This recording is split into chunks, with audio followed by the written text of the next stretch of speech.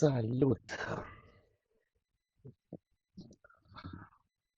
Sunt ăsta că Ioan, ăsta e numele meu. Vreau să fac așa ca o prezentare cine sunt eu. Um,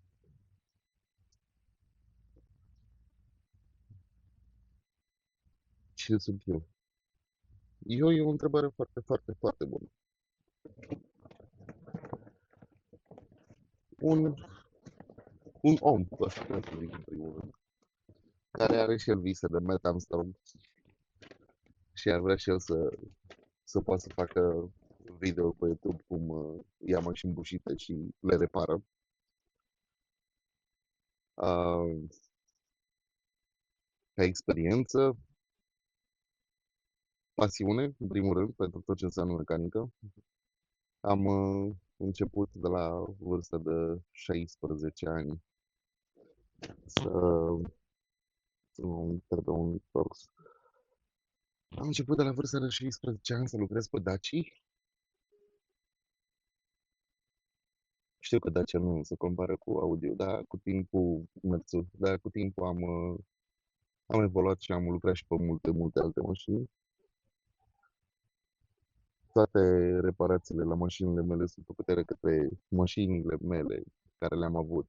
Motocicleta pe care o am în momentul de față sunt făcute de către mine. Nu am încredere prea mare să le duc în service. Am lucrat și în serviciu, am avut și serviciu clandestin. Totdeauna am încercat să fiu corect și le-am explicat la oameni ceea ce am considerat eu că e defect și le explicam în așa fel încât să înțeleagă și ei. Nu am încercat să fur sau să fiu nașpa cu omul, să-l fac de bani, că ce câștigă acum o bere, o pâine în plus, pierd mult mai mult la următorii, că nu o să mai am cine să mai vină la mine. Da, na. Și am zis să încerc și eu o nebunie. Îl tot urmăream pe tipul de pe Facebook care aduce mașini din America, G Garage. Și într-o zi m-am hotărât să iau un C300 de la el, adus din America, cu o daună destul de ușoară, să-l pregătesc, să-l fac frumos, cu simț de răspundere și să-l pun la vânzare. Și bineînțeles, visul meu este să continu să iau alta bușită și să pot să fac. Terminat o facultate autovehicule rutiere la Brașov, la Universitatea Transilvania din Brașov. Ca proiect de licență am făcut o conversie la un Smart Fortwo de la motor termic la motor electric. Mașina a rămas la facultate, că nu am avut noi drept asupra ei și mi se pare corect, oricum majoritatea finanțărilor a fost din banii facultății.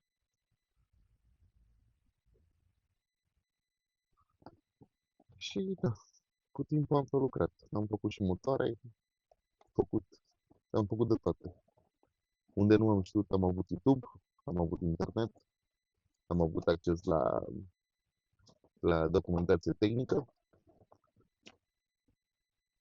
am avut acces la tovarăși, la care am putut să cer un sfat, o sculă. Unde nu am avut sculele speciale pentru lucrul respectiv, am avut un aparat de sudure și le-am creat ca să pot să fac lucrul respectiv. Și nu, tot ce sper e să iasă bine și să pot să continui cu seria asta de a repara mașini. Nici cine știe, poate la un moment dat iau și eu un Bugatti bușit și îl fac cum am făcut Bent Armstrong. Între timp, să mă duc să merg cu întors.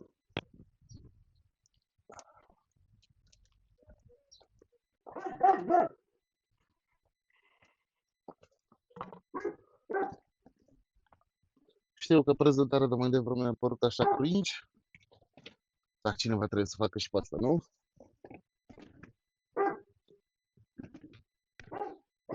Nu am reușit eu la alte filmări care le-am avut. Nu am reușit să filmez chiar tot ce am făcut.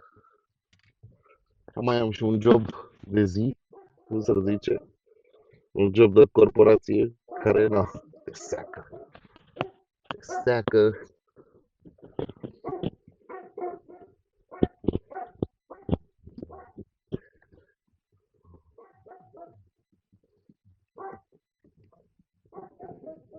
Dar nu, se mai întâmplă.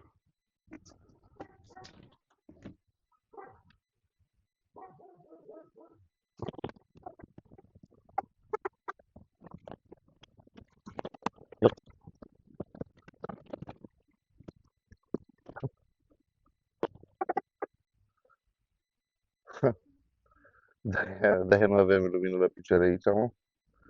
Că era asta căzut pe acolo.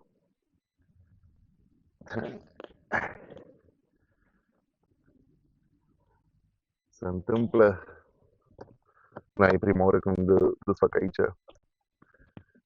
Și cine știe cum a umblat înainte.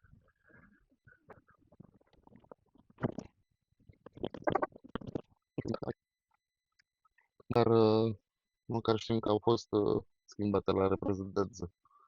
Toate filtrele care le-am dat jos pe mașină au fost de la Mercedes. Ceea ce e o chestie faină. Măcar și că a fost, s-a avut grijă de mașină.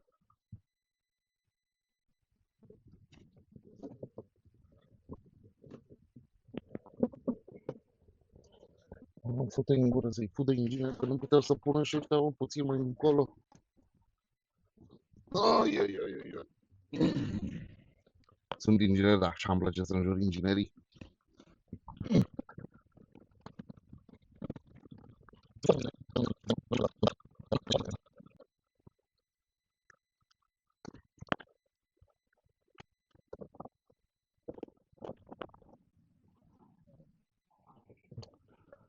Eu uite, am boxă și aici. Bă, aici de mult. Habar n-aveam că am subwoofer și aici. Are sistem Burmeister.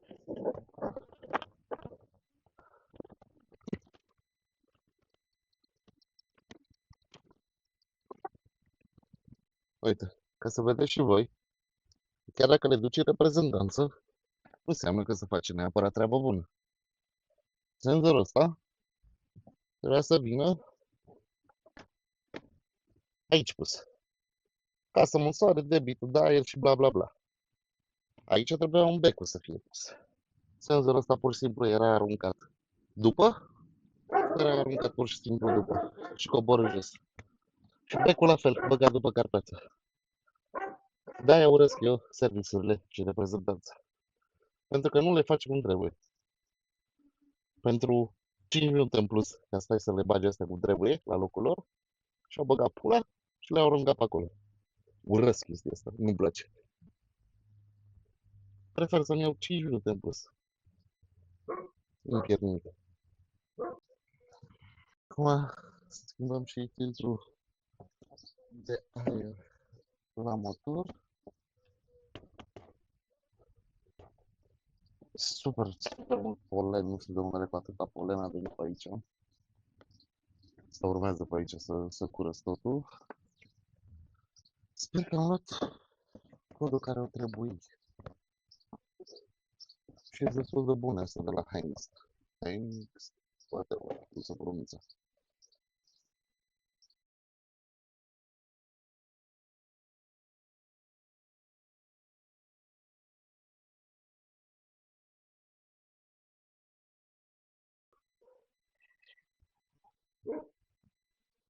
Mamă, zici că am mers pe din SIC, ce pula mea e aici așa mult. Să-l cu aspirator.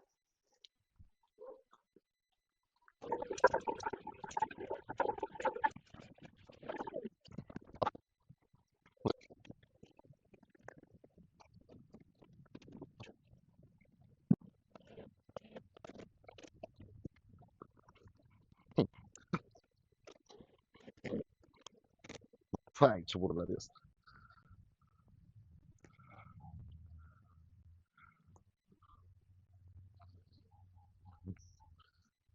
Aici n-am mai pus Mercedes.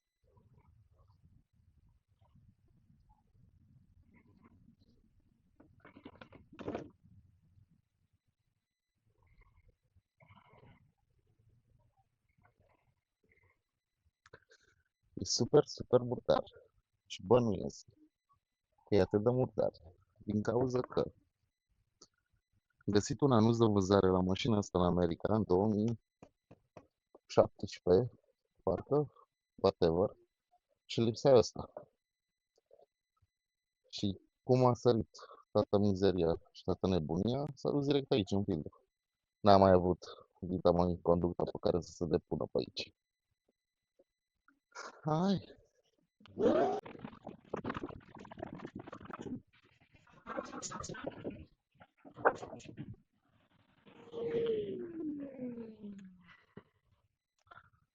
și pe video ăsta cam atâta facem.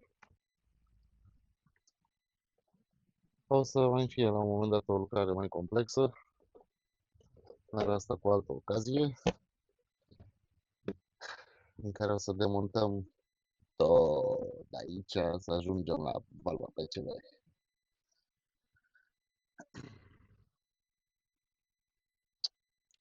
Da, cu altă ocazie.